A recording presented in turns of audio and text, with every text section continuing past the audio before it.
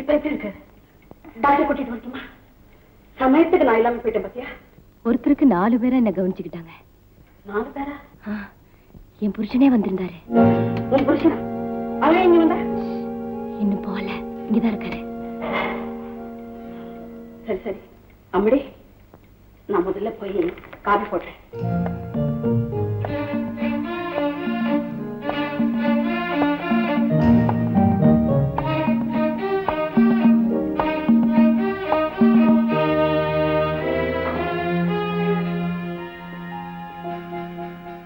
நான் புறப்படுறேன்.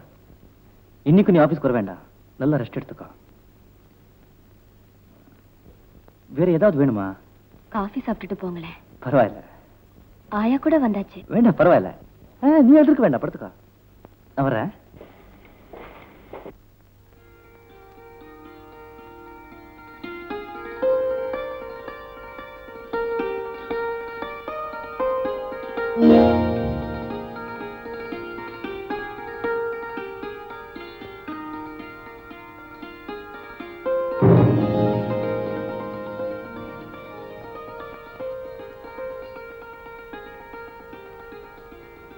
ஆயா ஆயா, என்னம்மா? அவர் பர்ஸ் மறந்துட்டு விட்டுட்டு போயிட்டாரு. யாரு? அவர்தான். சரி சரி, கீழே போய்கிட்டு இருப்பாரு, கொடுத்துட்டு வந்துடுறேன். என்ன மாசம் மாசம் நிக்கிற? சீக்கிரம் போ.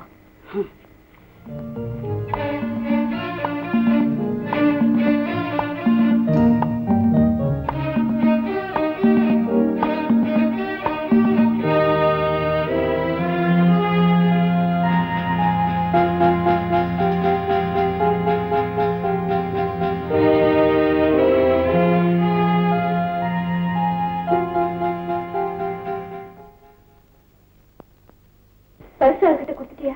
கொடுத்துட்டேன். என்ன சொன்னாரு? ஒண்ணும் சொல்ல. ஒண்ணும் சொல்லலையா? பர்ஸ்ல எல்லாம் இருக்கான்னு பார்த்தாரு, போயிட்டாரு.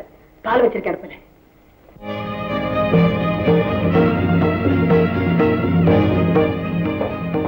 தொந்தரவு மன்னிக்கணும், என் பர்ஸ் இங்க விட்டுட்டேன்னு நினைக்கிறேன். எடுத்துட்டு போதான் வந்தேன். அந்த பர்ஸ் ஆயா கிட்ட கொடுத்து அனுப்பிச்சேனே, கொண்டு வந்து கொடுக்கலையா? இல்லையே. ஆயா, பர்ஸ கொடுக்கலையா அவர்கிட்ட? கொடுத்துட்டேன்னு சொன்னீங்க என்கிட்ட.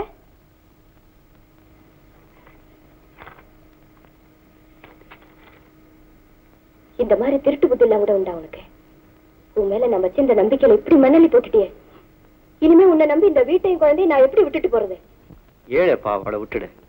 என்ன கஷ்டமா ஏதோ இப்படி கையும் களவுமா பிடிபட்டுட போறோம்னு நினைச்சிருக்க மாட்டா. இவளை எப்படி தண்டிக்கிறதுன்னே புரியல. நானா இருந்தா தண்டிக்க மாட்டேன். பண கஷ்டத்தினால தானே இப்படி எல்லாம் பண்றாங்க பாவம். சம்பளத்துல 5 10 போட்டுடுவேன். நான் வரேன். இந்த 5 ரூபாய் அவகிட்ட கொடுத்துடு. வேண்டாம், இப்படி எல்லாம் பழக்கப்படுத்த கூடாது.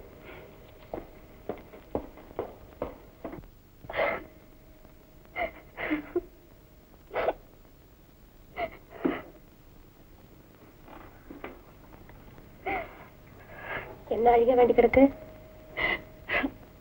எம்மாடி, ஏதோ தப்பு பண்ணிட்டேன். அதுக்காக வேலையை விட்டு நின்னுக்க சொல்லிடுவியா? இல்ல இல்ல, ஒவ்வொரு தடவை திருடும் போதும் 10 ரூபாய் இன்கிரிமெண்ட் கொடுப்பேன். போய் வேலையை பாரு.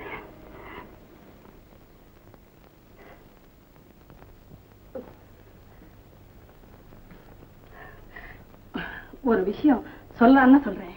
என்ன பீடிக சொல்ல? பக்கத்து வீட்டுக்கார பரணி இல்ல, அவங்க வீட்டு சாமான் லாரியில போய்கிட்டு இருக்கு. விசாரிச்சேன், வீட்டை காலி பண்ணிட்டாராம்.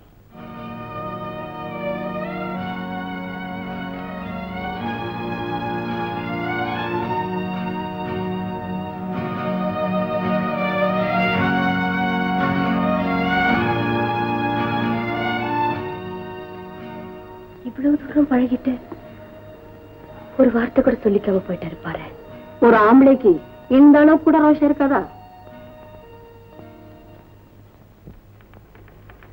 ஹலோ அனு, இந்தாங்க, அவசியம் வரணும். என்ன இன்விடேஷன்? உங்களுக்கு கல்யாணமா? கிட்டத்தட்ட அப்படித்தான். நீங்க வேற, எனக்கு ஏது கல்யாணம்? மிஸ்டர் பரணி வெளிநாடு சுற்றுப்பயணம் போறதுக்காக நான் ஒரு விருந்து ஏற்பாடு பண்ணிருக்கேன். நீங்க கண்டிப்பா வரணும்.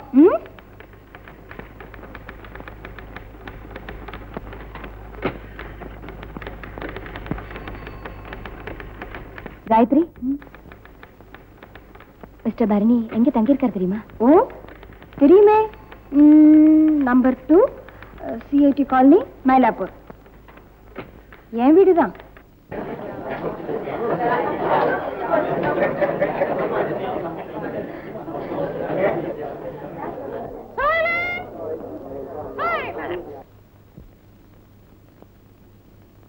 Ladies and gentlemen, காயத்ரி அவர்கள் கொடுத்த விருந்து ரொம்ப பிரமாதம். இந்த சின்ன வயசுல இன்னும் கொஞ்சம் இடம் இருந்திருந்தா இன்னும் ஒரு ஜாங்கிரி உள்ள தள்ளிருப்பேன். பாஸ், நான் 5 ஜாங்கிரி சாப்பிட்டேன். நீங்க எவ்வளவு சாப்பிட்டீங்க? இடம் விருந்த பத்தியே பேசிட்டு இருக்காத, முக்கிய விருந்தாளிய பத்தி பேசு. மிஸ்டர் பரணி அமெரிக்கா போறார். அமெரிக்கா தானே? மிஸ்டர் பரணியோட புகழ் இந்த தரணி பூரா பரவ போகுது. பரணி தரணி எப்படி? எடா மேல மேல, எடா மேல பேசுன்னு சொன்னது. ஏண்டா? அவ்வளவுதானே மனப்பாடம் பண்ணிருக்கேன்.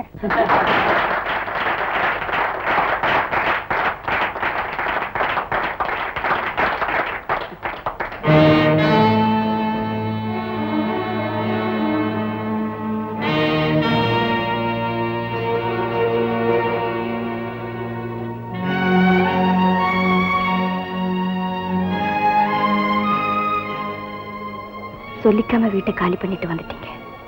ஆனா சொல்லிக்காம வெளிநாடு போக முடியாது. என் வாழ்த்துக்கள். தேங்க்யூ.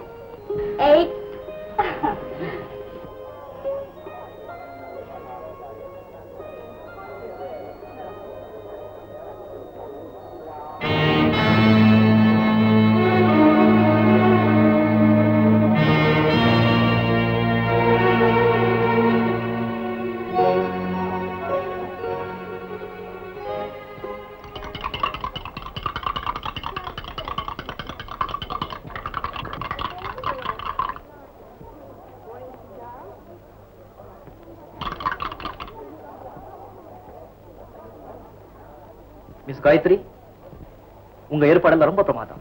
தேங்க்யூ. இந்த வீட்டுல அடுத்த ஃபங்க்ஷன் கல்யாணம் தான் நினைக்கிறேன். ஆமா, எங்க அப்பாவுக்கு 60ஆம் கல்யாணம். ஏன் உங்க கல்யாணம்? இன்னும் கல்யாணம் பண்ணிக்க எனக்கு அவகாசமே இருக்கிறது இல்ல. தகுந்த மாப்பிள்ளை கிடைச்சா சொன்னாலே ஒத்துக்குவீங்க. அந்த தகுந்த மாப்பிள்ளை நிச்சயமா நீங்க இல்ல. அதுவே பிரணியா இருந்து. Mister Ramanathan, why don't you take a cool drink? No thanks. அது எப்படி சார்? நீங்க நடக்க முடியாத விஷயங்களாவே பேசிக்கிட்டு இருக்கீங்க.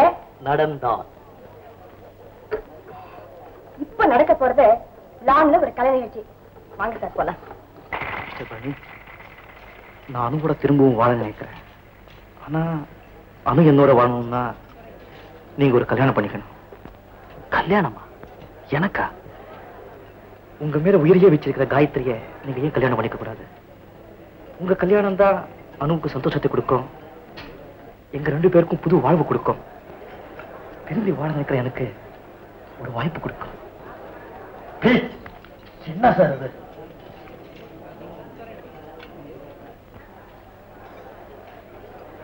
மிஸ்டர் ராமநாதன், உங்க சந்தோஷத்துல என்னைக்குமே நான் குறுக்கிட மாட்டேன்.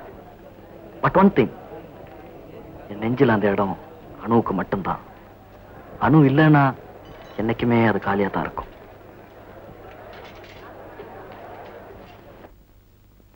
சபாஷ், அவளுக்கு நீங்க மாமியார்னு தெரிஞ்சுதான் உங்களை வேலைக்காரியா வச்சுக்கிட்டு இருக்காளாவ? ஆஹா, திடீர்னு காணாம போயிடுவீங்களே, அது இந்த வேலைக்காரி உத்தியோகத்துக்கு தானா?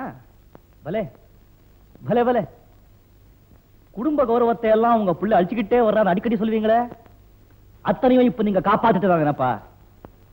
இல்ல புராண பெண்மணிகள் வரிசையில நீங்க ஒரு இடம் பிடிக்கணுங்கிறதுக்காக இந்த மாபெரும் தியாகமா?